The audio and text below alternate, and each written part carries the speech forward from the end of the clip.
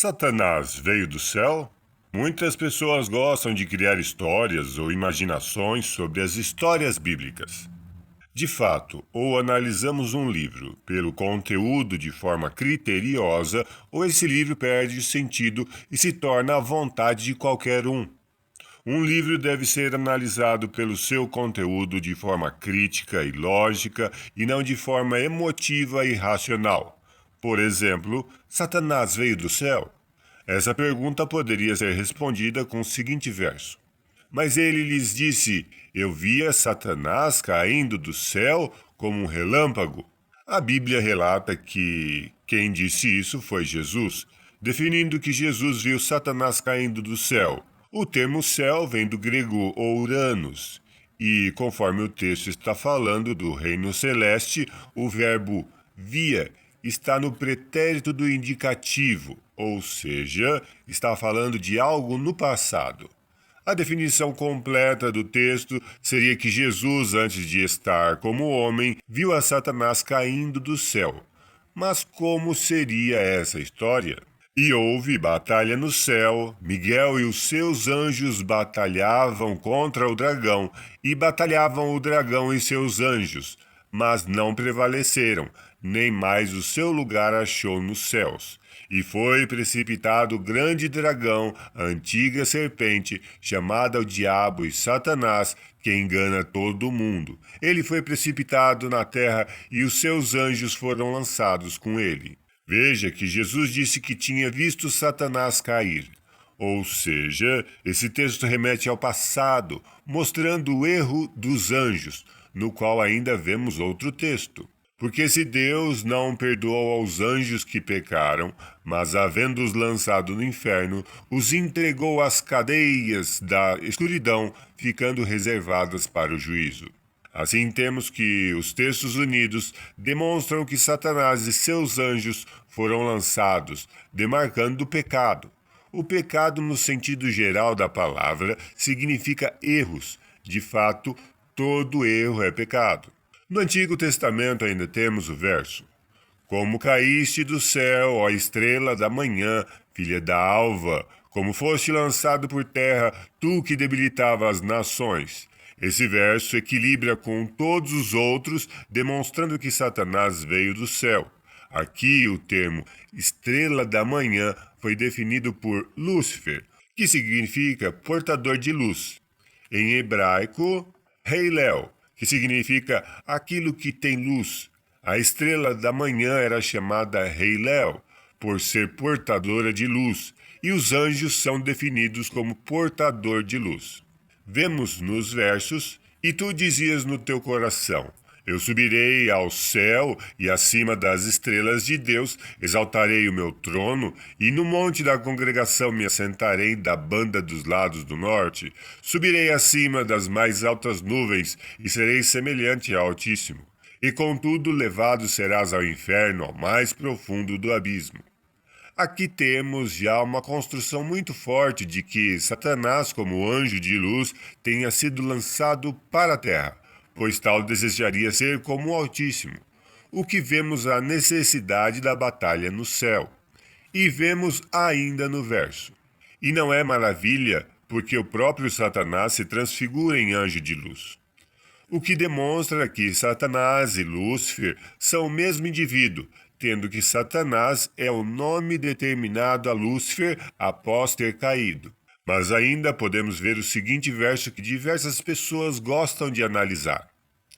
Estava no Éden, jardim de Deus, toda a pedra preciosa era tua cobertura, a sardônica, o topázio, o diamante, a turquesa, o ônix, o jaspe, a safira, o carbúnculo, a esmeralda e o ouro, a obra dos teus tambores e dos teus pífaros estavam em ti, no dia em que fostes criados foram preparados.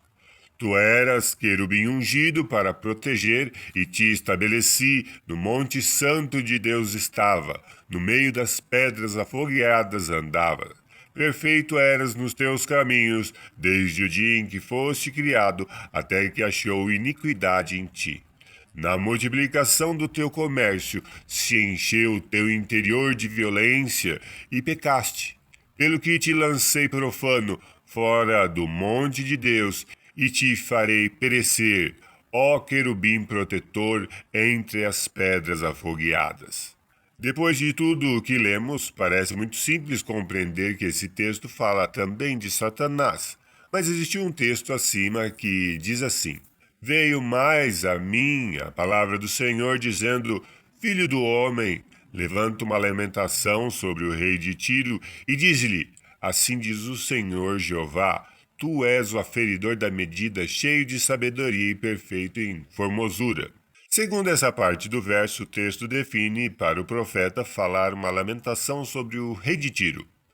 O problema é que Tiro não era querubim, nem estava no Éden, nem jamais estava no Monte Santo. Tiro era um rei babilônico que dominava uma grande região, mas jamais estava no Monte Santo, nem andava sobre pedras afogueadas, nem tampouco era perfeito e sem iniquidade. Jamais foi querubim protetor, que são representados pelos anjos acima da arca do concílio. E agora, o que está acontecendo? Podemos ver o seguinte verso.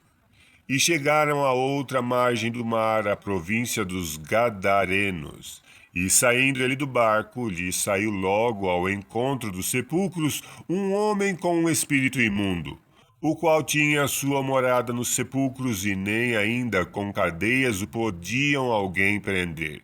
Porque tendo sido muitas vezes preso com grilhões e cadeias, as cadeias foram por ele feitas em pedaços, e os grilhões em migalhas, e ninguém podia amansar. E andava sempre de dia e de noite, clamando pelos montes e sepulcros, e ferindo-se com pedras. E quando viu Jesus ao longe, correu e adorou. E, clamando com grande voz, disse: Que tenho eu contigo, Jesus, filho do Deus Altíssimo? Conjuro-te por Deus que não me atormentes. Esse homem, quem era? Quem adorou a Jesus? E disse: Conjuro-te por Deus que não me atormentes. Veja que Jesus continua a pergunta. E perguntou-lhe: Qual é o teu nome? E lhe respondeu, dizendo: Legião é o meu nome, porque somos muitos. Pergunta: o nome daquele homem era Legião? Ou os demônios que nele havia era uma legião? Veja que a pergunta foi para o homem, mas estava se referindo aos demônios que haviam no homem. Assim ocorre no caso do verso em Ezequiel, falando de Tiro, pois estava em referência ao demônio que estava no rei de Tiro e às ações de Tiro mediante a aceitação de seguir a vontade do mal. Dessa forma, como ocorreu com Jesus e o homem endemoniado, ocorre o verso em Ezequiel. E assim se consegue entender completamente o que diz no verso, pois seria impossível o rei de Tiro ser um querubim e muito menos que um dia tenha sido perfeito. Mas, conforme os versos que vimos antes, temos que o indivíduo pode ser chamado pela entidade que está nele, como o endemoniado que tinha o nome de legião. Como foi visto e analisado nos diversos textos, temos uma análise lógica que Satanás tenha vindo do céu como anjo de luz ou portador de luz. Assim se define que o pecado ou o erro surgiu antes de Adão e Eva, surgiu por causa da vontade de um ser de estar na posição do Altíssimo. De fato, muitas pessoas consideram tais coisas como mentira ou uma invenção. Mas podemos ver isso atualmente na prática. O homem busca o antropocentrismo, ou seja, deseja ser o centro de tudo, e começa destruindo a natureza e seu habitat. Isso faz automaticamente o homem se definir semelhante ao Altíssimo, pois sendo as leis que regem todas as coisas o próprio Altíssimo, tais pessoas acham que são mais sábias que o universo que existe antes dele. A destruição advinda dessa arrogância de achar que é mais importante que tudo no universo faz com que ele se autodestrua, pois a própria natureza que sustenta a vida é violada e, com consequência, torna a vida do homem mais difícil e mortal. O homem, quanto mais se arroga, mais importante que o universo, acaba dia a dia se destruindo mais, pois o universo é mais importante que o homem. E assim, o Altíssimo é mais sábio que o homem. Fazer o papel de Satanás e não obedecer às leis do universo só acarreta destruição final.